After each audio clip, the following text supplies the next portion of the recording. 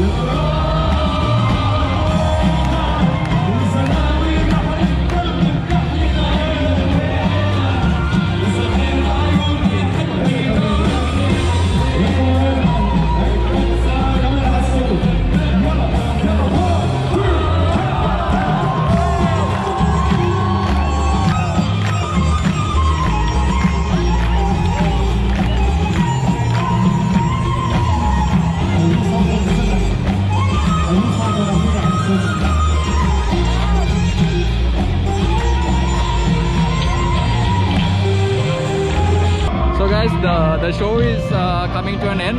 This is maybe the last or two songs by the band.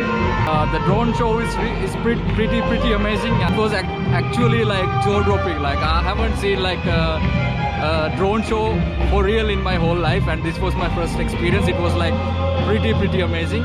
Yeah, we are done with the show, and it's almost still going on. But the thing is, there are like millions of cars parked here, so we just want to go away from the place before the show is done. So yeah, anything you have gonna say? Oh, that was amazing. Habibi, come to Qatar.